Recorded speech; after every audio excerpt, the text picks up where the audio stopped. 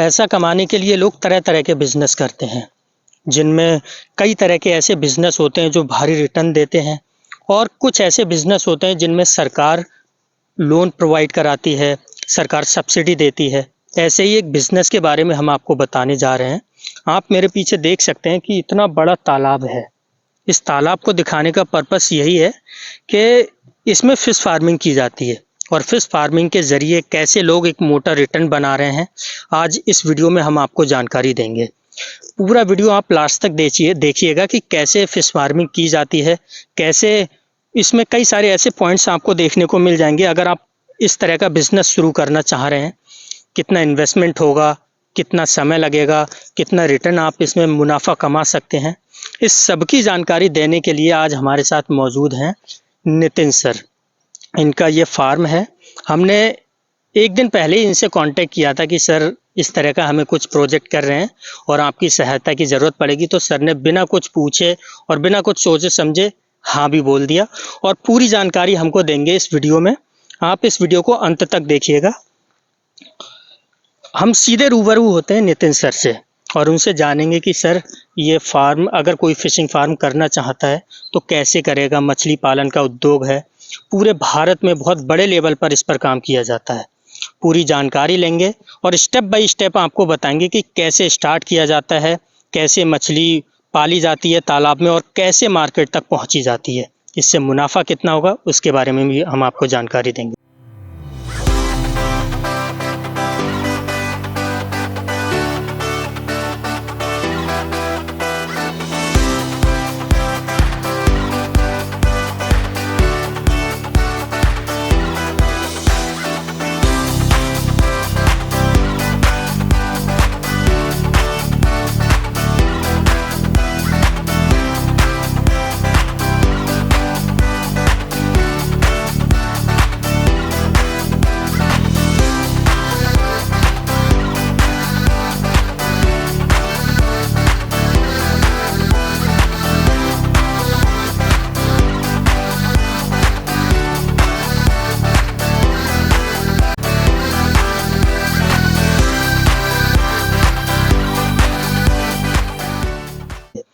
तो सर सबसे पहले तो आपका बहुत बहुत स्वागत है हमारे चैनल पर, जो आपने अपना कीमती समय दिया, इसके लिए बहुत बहुत धन्यवाद।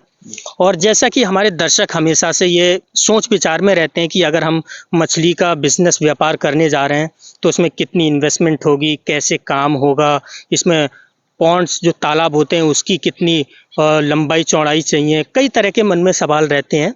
तो उस सब की जानकारी के लिए आज हम आपके पास आए हैं। तो सबसे पहले तो मैं आपसे यही चाहूँगा कि हमें ये बताइए कि अगर कोई मछली पालन का व्यापार करे तो इसकी बेसिक रिक्वायरमेंट क्या होती है? नमस्कार सर। देखिए, मछली पालन का व्यापार से पहले आपको ये मालूम करना होगा कि आप किस किस्म की फिश पालनी है। फिश फार्मिंग दो तरह की होती है, एक इंडियन कार्प की फार्मिंग होती है और एक दूसरा जो कमर्शियल फार्मिंग में फिश यूज़ होती है हम उसकी फार्मिंग करते हैं। कमर्शियल फार्मिंग में आप पंगास की फार्मिंग कर सकते हैं। बरेली में ज़्यादातर पंगाशियस की फार्मिंग होती है। हमारे यहाँ भी हम अपने फार्म पे भी सारी पंगेशियस की फिश फार्मिंग करते हैं। इंडियन कार्प की हम फार्मिंग कम करते हैं। पंगेशियस की फिश फार्मिंग हम इसलिए करते हैं क्योंकि वो हाई डेंसिटी में ज़्यादा इस्तेमाल फिश होती है और इजी टू सेल यूज़ हो जाती है। अच्छा सर, जैसे कि अभी आपने दो नाम लिए, तो इसमें मुनाफा सबसे ज़्यादा किस में होता है? मुनाफा दोनों में है। अच्छा। लेकिन क्या है कि जो इंडियन कार्प है वो थोड़ा देर से तैयार होती है, मतलब उसमें समय ज़्यादा लगता है, और जो पंगेशियस फिश है वो ज़रा जल्दी तैयार हो जाती है, इसलिए हम उसकी सेल भी कम होती है। पंगेशियस फिश को ज़्यादातर लोग जो फिश का नाम नहीं जानते, एक कांटे वाली मछली कहते हैं। अच्छा। वो उनके लिए होती है क्योंकि इसकी डिमांड इसलिए ज़्यादा है क्योंकि इसमें कांटे कम होते हैं पंगेशियस में। अच्छा। इसलिए इसकी डिमांड ज़्यादा है, इसलिए इसकी फार्मिंग भी ज़्यादा होती है।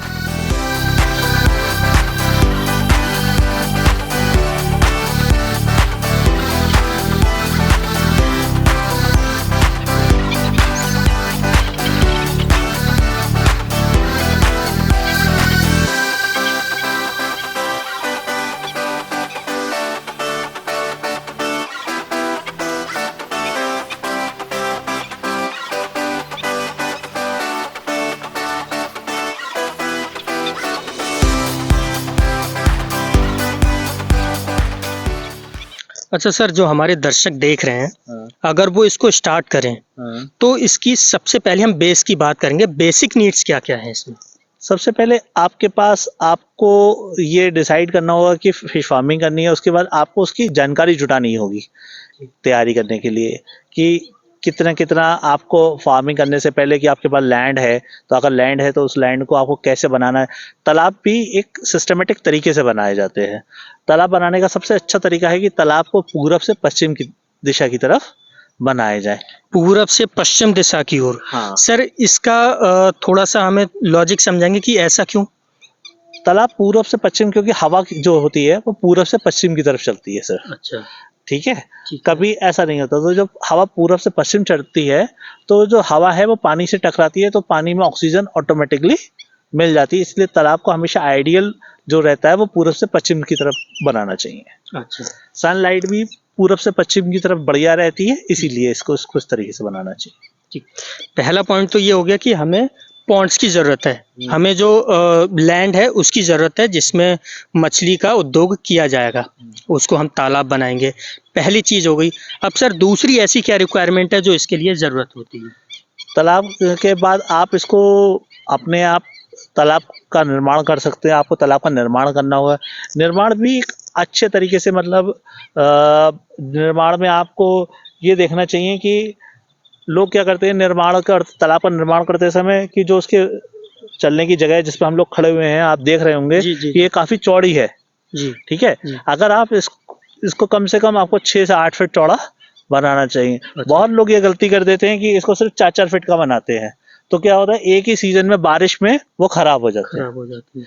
तो आपको क्या करना है कि कम से कम 8 से 10 फीट तालाब के चारों तरफ छोड़नी है जगह। ये सब चलने के लिए। चलने के लिए नहीं, ये जी। पानी को रोकने के लिए। कल को ऐसा भी हो सकता है कि अगर आपने 2 फीट या 3 फीट छोड़ी, जी। पानी इसको फाड़ता हुआ आपका किसी दूसरे खेत में चला जाएगा। जी, जी, जी। जब इतना वॉल्यूम पानी का इसके अंदर है, ये 8 से 10 फीट गहरा है, इसमें आप पानी भरोगे और कभी बरसात में तो ये और भी ज्यादा पानी भर जाता है। बिल्कुल। तो ये अगर आप किनारा जहाँ पतला होगा, जैसे बांध फट जाते हैं, जी। वैसे लोगों के तालाब भी फट जाते हैं। बेसिकली इसका जो मेन यूज़ है वो इसलिए है कि ताकि पानी क्रॉस ना करे। हाँ, पॉन्ड से दूसरी जगह ना जा पाए। वो सब अपने ही। तरीके से। अगर आप एक बार में इसे बनाना चाहते हैं कि बार बार रिपेयर ना करानी पड़े, तो कम से कम 8 फीट की जगह आपको होनी। छोड़नी ही चाहिए। ठीक है। हर तरीके से वो आपको मदद करती है। ये हो गई बेसिक रिक्वायरमेंट जो एक पॉन्ड्स के लिए या एक मछली पालन के लिए चाहिए होती है। अब दूसरी सबसे बड़ी बात आती है कि फ़िश फार्मिंग की कैसे जाती है। सर, लोगों ने पॉन्ड्स बना लिया, उनके पास लीगल प्रॉपर्टी है, उसमें उन्होंने तालाब बनाया, पानी भर लिया, मछली डाल दी। अब सर, सबसे बड़ा सवाल आता है कि ये फ़िश फार्मिंग की कैसे जाती है? देखिए, सबसे पहले तो क्या है कि आपको एक अच्छी सीड की रिक्वायरमेंट होती है, यानी एक अच्छे फिश की रिक्वायरमेंट होती है, बच्चे की। जी। अ, हमारा जो सीड है वो यूपी बरेली में कलकत्ता से आता है। अच्छा, हम कलकत्ता से अपनी फिश मंगाते हैं और अपने पॉन्ड्स में सबसे पहले नर्सरी में उसको डेवलप करते हैं। हम वहाँ से जो फिश है वो बहुत छोटी आती है, हम उसको पहले एक नर्सरी पॉन्ड में रखते हैं सारी फिशों को, फिर नर्सरी पॉन्ड से उसे दूसरे पॉन्ड में शिफ्ट करते हैं shift. After few days something. तो सबसे पहले हमको उसको 1 महीना नर्सरी पॉन्ड में रखना पड़ता है। नर्सरी पॉन्ड में इसलिए रखते हैं फिश को क्योंकि उसमें उसकी केयर अच्छे तरीके से हो जाती है। जैसे आपने देखा होगा कभी कभी इंसानों के बच्चों को भी जब वो कुछ कमजोर होता है तो हम क्या करते हैं, उसको नर्सरी में रखते हैं ना, उसको जी, बोलते जी, हैं डॉक्टर ने जी, उसे नर्सरी में रख रखा है। जी। ऐसे ही हम फिश को भी, सब फिश को लाते हैं, जब वो कलकत्ता से यहाँ तक आती हैं तो वैसे ही बड़ा स्ट्रेस में हो जाती हैं। तो उसको स्ट्रेस को दूर करने के लिए हम उन्हें एक नर्सरी पॉन्ड में रखते हैं। 1 महीने तक हम उसे नर्सरी पॉन्ड में रखते हैं और उसको उनका वजन बढ़ाते हैं उसमें। उसके बाद हम उन्हें ग्रो आउट पॉन्ड में छोड़ देते हैं दोबारा से। ठीक है। ये तो हो गई कि सीड्स की। अच्छा सर, इसमें कई सारी प्रजातियाँ होती हैं।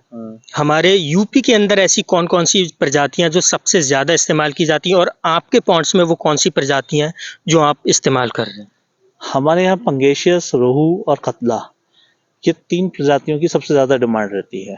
अच्छा। बरेली में भी इन 3 प्रजातियों की सबसे ज्यादा डिमांड है और इस हम ये 3 प्रजातियां ही अपने फार्म पे कर रहे हैं। इसको तैयार करने में कितना समय लग जाता है अप्रॉक्सिमेटली?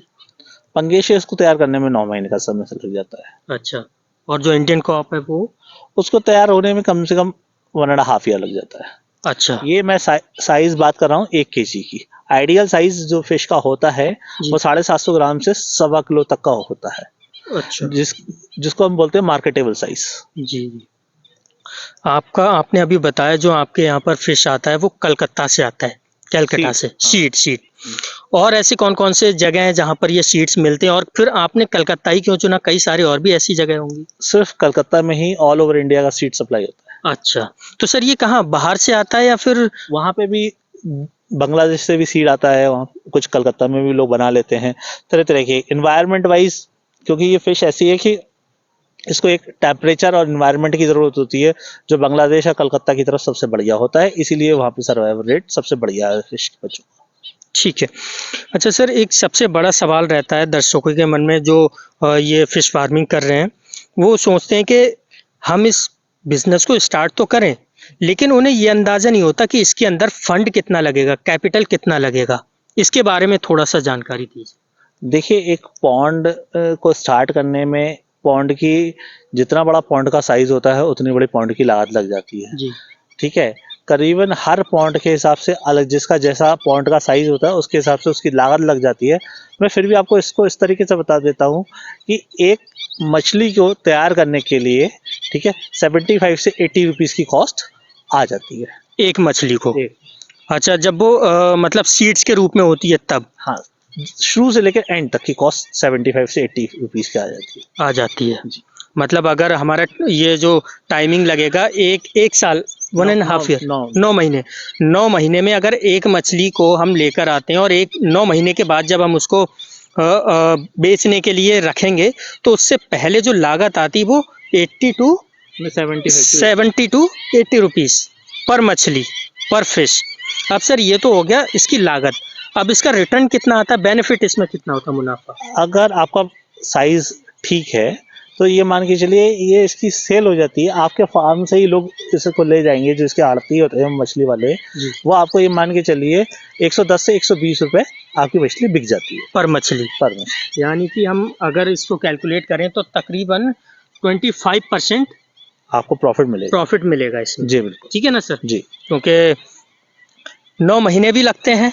और सर अगर एक छोटी-सी एक बहुत बड़ी बात है कि ये पॉन्ड जो आपने बताया, कितने बड़े पॉन्ड में कितनी मछलियाँ तैयार हो सकती हैं? हर पॉन्ड में अलग अलग मछलियाँ तैयार होती हैं। जी। ये मान के चलिए एक पॉन्ड के अंदर जो 1 एकड़ का पॉन्ड होता है, 1 एकड़ के पॉन्ड में 12,000 मछलियाँ तैयार हो जाती हैं। 12,000 मछलियाँ तैयार हो जाती हैं और 12,000 सीड्स ही डाले जाते हैं उसमें। सीड थोड़े ज़्यादा डाले जाते हैं, सीड करीबन 13 या 14,000 सीड डाले जाते हैं। 14,000 सीड डालने पे 12,000 मछलियाँ, तैयार मछलियाँ मिल जाती हैं। जो डिफरेंस आया 2,000 का सर, उसका क्या होता है? कुछ बर्ड्स नुकसान कर देते हैं, कुछ स्नेक्स नुकसान कर देते हैं, कुछ और कभी कोई बीमारी से भी कुछ फिश मर जाती हैं, क्योंकि देखिए फिश को काउंट करना बहुत मुश्किल होता है, तो ये अंदाज से डाली जाती है सारी फिश। तो मैंने आपको एप्रॉक्स बताया कि अगर 14,000 फिश डालते हैं तो 12,000 आपको मिल जाएंगे। जब मछली पालन करते हैं तो एक बड़ी बहुत सबसे बड़ी दुविधा होती है, समस्या कह लेते हैं, बीमारी। मछली को कहीं बीमारी ना लग जाए। सर ये बीमारी किस रूप में होती है और इसके निवारण क्या है? देखिए बीमारी तब लगती है जब आप पॉन्ड पे ध्यान नहीं देते हैं। अगर आप बहुत समय तक पॉन्ड पे ध्यान नहीं देंगे और लगातार विजिट नहीं करेंगे, मछलियों को समय समय पे चेक करना पड़ता है कि मछलियों की बढ़वार कैसी है, क्या वो उनको हम खाना दे रहे हैं तो उस खाने से उनका वजन बढ़ रहा है या नहीं बढ़ रहा। खाने का भी खाना भी हम उनको उनके वजन के हिसाब से देते हैं। तो बीच बीच में समय समय पे अगर आप उनको रेगुलर चेक करते रहेंगे तो कोई भी उनको बीमारी नहीं लगेगी। लेकिन अगर आप उनको ध्यान नहीं देंगे और कुछ नहीं करेंगे तो बीच बीच में कभी कभी आपको बीमारी लग जाएगी। पॉन्ड्स का केयर करना बहुत ज़रूरी है, क्योंकि जब मछली क्या, अगर एक बच्चा ही छोटे से बड़ा हो रहा है और उसको बीमारी लग रही है और आप ध्यान नहीं देंगे तो कहीं ना कहीं ये उसके लिए घातक सिद्ध होगा। ऐसी मछलियों के लिए होता है। सर ये तो बात हो गई कि मछलियों से अगर बीमारी लग रही है तो उसका निवारण क्या है, जैसा कि आपने बताया उसमें उसकी केयर करनी पड़ेगी, विजिट करना पड़ेगा। सर ये विजिट जो आप बता रहे हैं वो 9 महीने का जो समय होता है, उस बीच में मछलियों की केयर करने के क्या-क्या तरीके हो सकते हैं? देखिए केयर मछली में वैसे आमूमन बीमारियां बहुत कम लगती हैं। अच्छा। औरों के मुकाबले। जी। लेकिन क्या होता है कि मछली में मैंने आपसे कहा कि जैसे बीमारी कैसे लगेगी, बीमारी इन द सेंस मछली में जब टेम्परेचर बदलता है तो बीमारियां ज़्यादा लगने का समय हो जाता है। जी। इस वजह से आपको टेम्परेचर के अकॉर्डिंग अगर बीमारी लगती है, अदरवाइज मछली में बीमारियां बहुत कम लगती हैं। अच्छा। बहुत कम बीमारियां लगती है। ऐसा नहीं कि किसी को व्यूअर्स को डराना है कि बहुत बीमारी लगती है, जी। बिल्कुल बीमारी नहीं लगती है। जी। अगर आप थोड़ा सा ढंग से सही चीज सारी चीजें करें, कोई बीमारी नहीं लगेगी। जैसे पानी की रेगुलर जांचें करते रहें। अगर आप पानी की रेगुलर जांचें करते रहेंगे तो आपको बीमारियों का पहले ही पता लग जाएगा कि ये पानी का पैरामीटर गड़बड़ हो रहा है। फिश फार्मिंग में सबसे इंपॉर्टेंट काम है कि पानी के पैरामीटर को मेंटेन करा जाए। अगर आप पानी के पैरामीटर को मेंटेन करेंगे तो कोई भी फिश को डिजीज नहीं होगी। पैरामीटर मतलब टेम्परेचर, ठीक है ना सर? नहीं, पैरामीटर मतलब देखिए ऐसा होता है, पैरामीटर से मतलब ये होता है कि पानी के गुणवत्ता। गुणवत्ता, मतलब जैसे पानी का पीएच क्या है, अच्छा। पानी के अंदर अमोनिया की कितने परसेंट अमोनिया है, ये सारी चीजें चेक करनी चाहिए।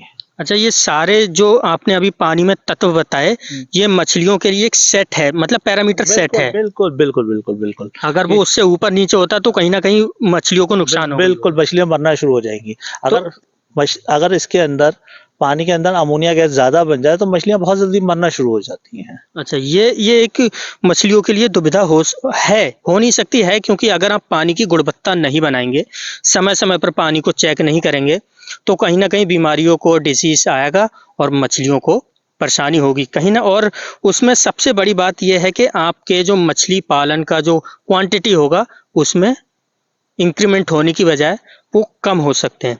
सर, ये तो बात हो गई कि मछली पालन कैसे किया जाता है और इससे इसके बचाव के क्या कारण हैं, निवारण क्या-क्या हैं।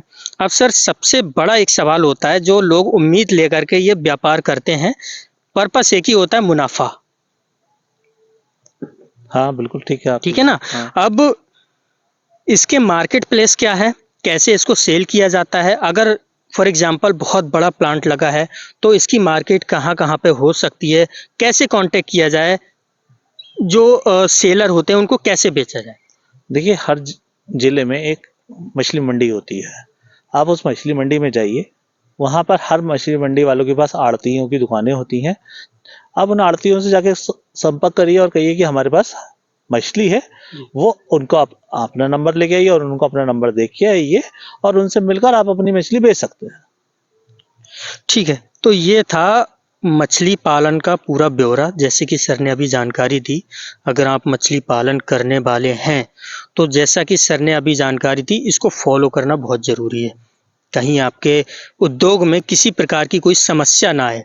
अगर आप कुछ नियम होते हैं मछली पालन के, उनको फ़ॉलो नहीं करेंगे तो ज़ाहिर-सी बात है आपके व्यापार में समस्या आएगी, मछली को नुकसान पहुँचेगा और जिस प्रकार से आपको अपना प्रोडक्शन करना चाहिए, वो नहीं कर पाएँगे। सर, ये जानकारी देने के लिए आपका बहुत-बहुत धन्यवाद। और अंत में मैं आपसे एक बात कहना चाहूँगा, अभी आपको दिखाऊँगा अभी कि जहाँ पर सर ने स्टार्टिंग में कहा था कि पहले इसको सर कहीं तैयार किया जाता है एक प्लांट में, उसके नर्सरी नर्सरी में, उसके बाद दूसरे पॉन्ड्स में इसको शिफ्ट कराया। शिफ्ट किया जाता है, जहाँ पर उनकी ग्रोथ होती है। जी बिल्कुल। ठीक है ना सर? हाँ, अभी हम आपको वो दिखाएँगे। आइए मैं आपको दिखाता हूँ नर्सरी पॉइंट। हम पॉन्ड्स की तरफ चलते हैं और आपको दिखाते हैं कि वो जो नर्सरी है, वो किस प्रकार से सर ने बना रखी है और कैसे उसमें मछली को डाला जाता है, वहाँ पे रेडी होती है, उसके बाद उसको दूसरे पॉन्ड्स में शिफ्ट किया जाता है। सर, ये जो नर्सरी वाला आपने बताया, तो क्या इसके अलग-अलग क्राइटेरिया हैं? इसको जो दूसरे तालाब हैं, उनसे अलग बनाया जाता है या सेम ही होता है? सेम ही होता है सब कुछ। अच्छा, जी। ये बिल्कुल मैंने अभी देखा था कि उसके नर्सरी तालाब को बस छोटा रखते हैं थोड़ा सा। अच्छा, उसको छोटा रखने की वजह क्या होती है सर? छोटा रखने से मेंटेनेंस करना आसान होता है। अच्छा, मतलब कॉस्टिंग भी ज़्यादा नहीं आती, नहीं। ऐसा कुछ है? हाँ। अच्छा, तो अब हम आपको दिखाने वाले हैं, जो नर्सरी तालाब है सर का, नर्सरी पॉइंट है जहाँ देखिए ये हमारा ये नर्सरी पॉइंट है। अभी हम आपको इसमें फिश को खाना खाते हुए दिखाते हैं कि कैसे आप इसको फिश को हम खाना भी खिलाते हैं, दिखाते हैं अभी आपको। तो आप तुम खुद ही बोल सकते हो कि आप देखिए अब आप देखिए मछलियों को दाना दिया जा रहा है। ये इस प्रकार से मछलियों को दाना दिया जाता है ताकि मछली ठीक से इसको खा पाएँ और उनकी ग्रोथ और अच्छी हो पाए। इसमें दाने की कई सारी गुणवत्ताएँ होती हैं जो मछलियों को बढ़ने में सहायक होती हैं। आप देख सकते हैं कितनी सारी मछलियाँ दाना खाने आई हुई हैं। ये सिर्फ स्पेसिफिक एरिया में डाला गया तब ये आई है। अभी आप सोचिए कि पूरा पॉन्ड है, इस पूरे पॉन्ड में कितना दाना डाला जाता होगा, आप अंदाज़ा लगा सकते हैं।